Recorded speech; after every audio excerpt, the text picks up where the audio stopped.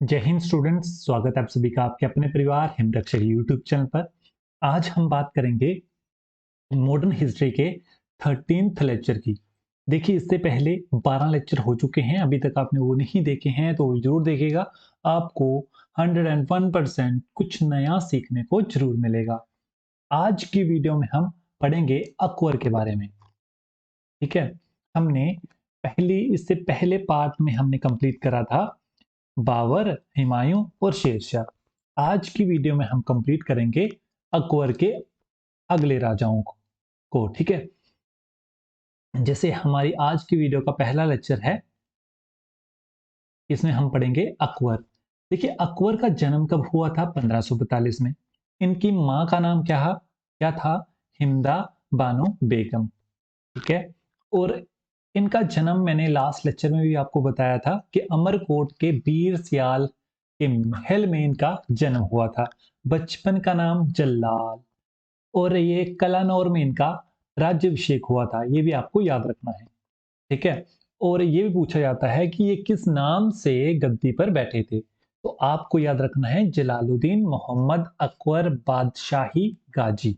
ठीक है, और जब सभी को पता है, इनके पिता का नाम था हुमायूं। हुमायूं की जल्दी ही मृत्यु हो जाती है और 13 वर्ष की उम्र में अकबर को गद्दी पर बैठना पड़ता है।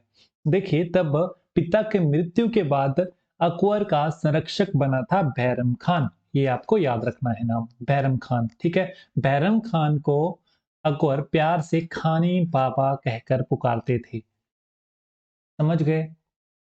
अब पानीपत की दूसरी लड़ाई किसके और किसके बीच में हुई थी? अकबर और हेमू के बीच में हुई थी। ये आपको याद रखना है, अकबर और हेमू के बीच में हुई थी। नेक्स्ट, अकबर द्वारा लड़ी गई लड़ाई थी हल्दी घाटी का युद्ध। हल्दी घाटी का युद्ध ये काफी प्रसिद्ध युद्ध था।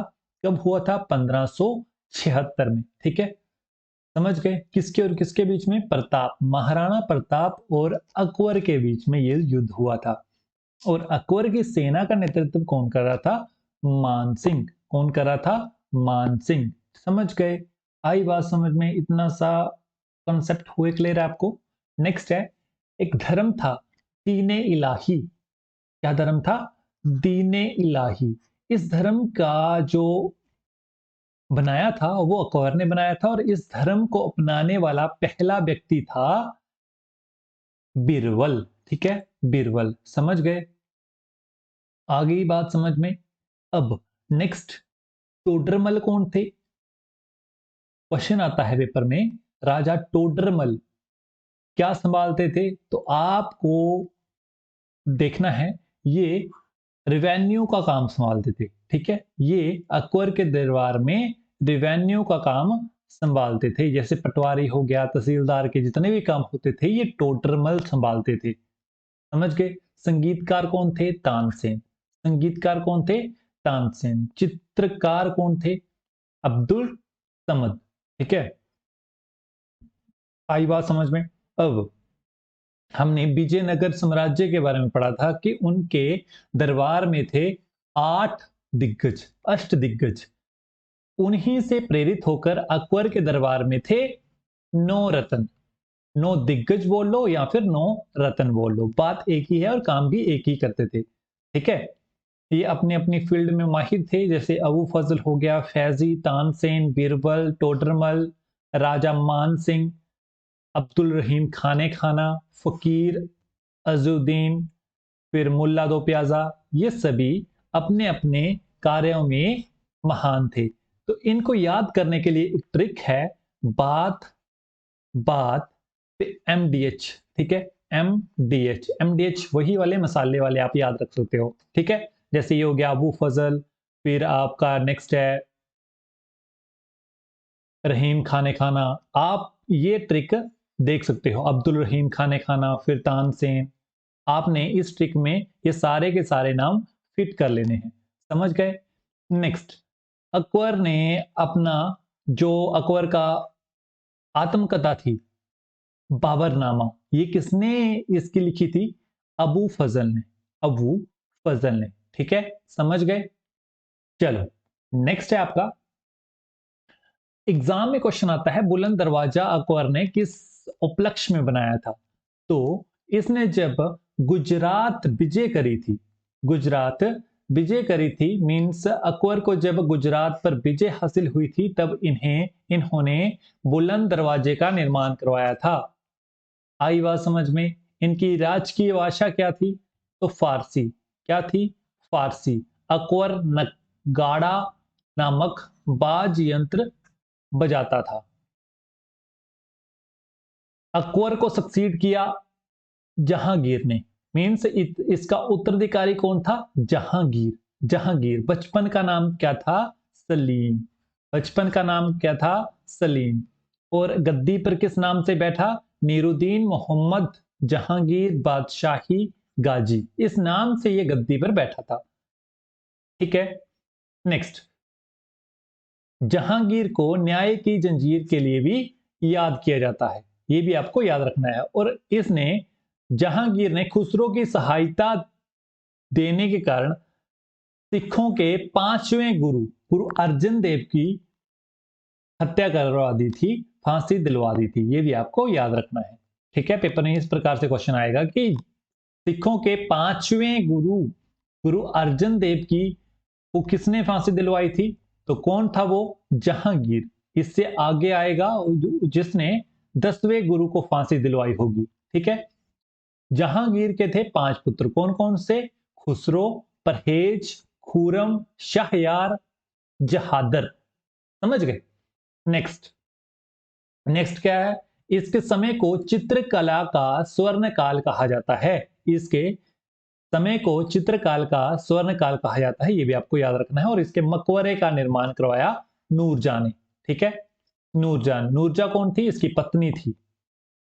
समझ गए? और जहांगीर के शासनकाल में कैप्टन हॉकिंस प्रथम अंग्रेज, सर थॉमस रो, फिंच, फिर टेरी, ये यूरोपीय यात्री आए थे। इन्होंने ही अपनी अपनी कंपनियों के लिए कोठियां या फिर फैक्ट्री लगाने के लिए परमिशन मांगी थी जहांगीर से।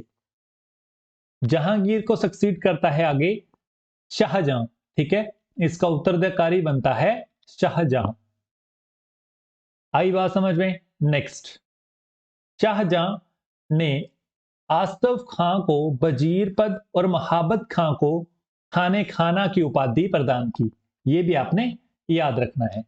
नेक्स्ट है, शाहजहां के समय ही ताजमहल का निर्माण होता है। और ताजमहल का रूपरेखा तैयार करने वाला का नाम आपने याद रखना है, उस्ताद ईशा।